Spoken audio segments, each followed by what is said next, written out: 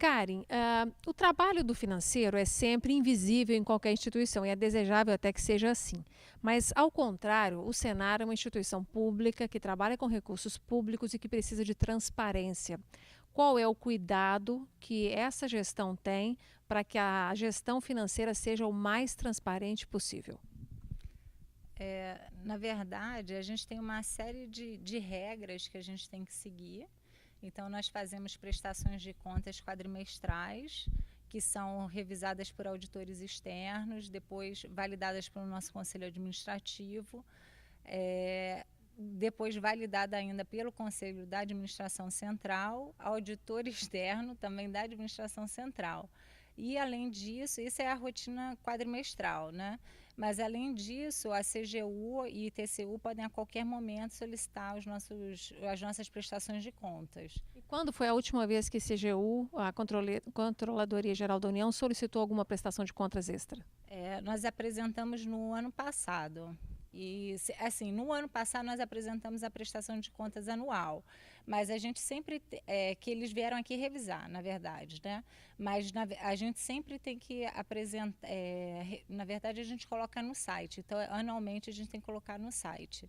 Mas no ano passado eles estiveram aqui em loco fazendo uma série de análises. E todos os dados são disponibilizados externamente, que estão visíveis ali no site para qualquer pessoa que queira entrar? Sim, sim. Eu não sei precisar quanto tempo, porque eu sou nova na empresa parafiscal, eu venho do setor privado, mas eu sei que já há algum tempo, pelo menos nos 2 últimos anos, já tem essa prática de disponibilizar no site as informações. Então, você tem a transparência tanto da nossa parte financeira, né, a receita financeira, os recursos recebidos, quanto a forma como é gasto. E aí também tem toda a apresentação da estratégia de treinamentos da nossa área técnica. E uma curiosidade, quem acessa precisa deixar algum dado, preencher algum formulário ou todos os dados estão abertos?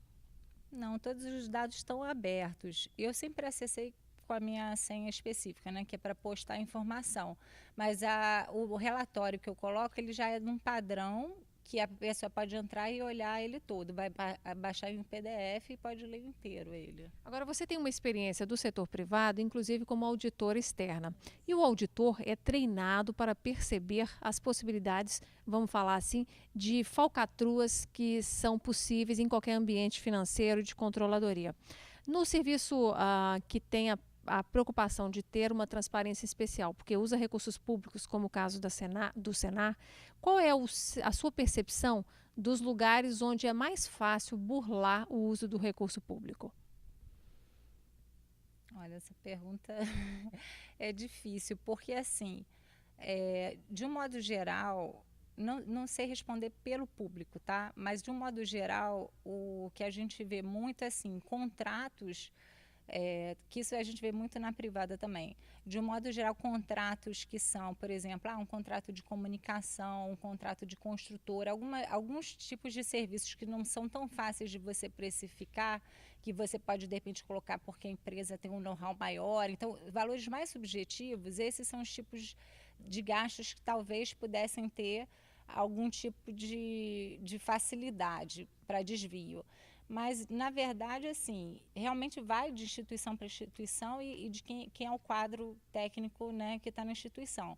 Porque as regras existem, elas são muito claras. Então, assim, nós temos a obrigatoriedade de fazer licitações. Então, eu não acho que faltam leis ou regulamentos para controlar. O que eu acho que falta é, talvez, a fiscalização ou até a punição.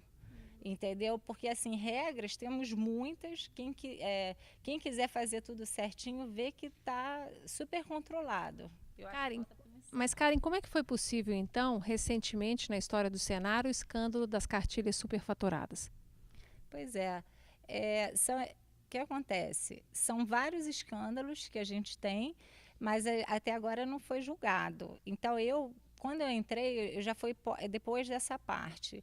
Então, eu não sei como está a situação, a gente não ouviu, não teve mais nenhum feedback sobre isso. Mas Então, foi tomado algum cuidado especial para que isso não volte a acontecer nesta gestão? Sim, a gente teve toda uma mudança nesses últimos 2 anos, eu já sou parte dessa nova leva, então a preocupação da gestão atual, que o Rui Prado é o presidente, e toda a equipe dele é de profissionalizar. Profissionalizar e dar muita transparência. Então, assim, com certeza a gente não vai ter esse tipo de problema hoje, porque nós temos muitas licitações já. Um dos problemas do passado era por falta de licitação. Mas, volto a dizer, não ficou provado nada ainda, isso ainda está sendo julgado, entendeu? Então, eu não consigo nem te dizer se teve alguma coisa errada ou não, entendeu?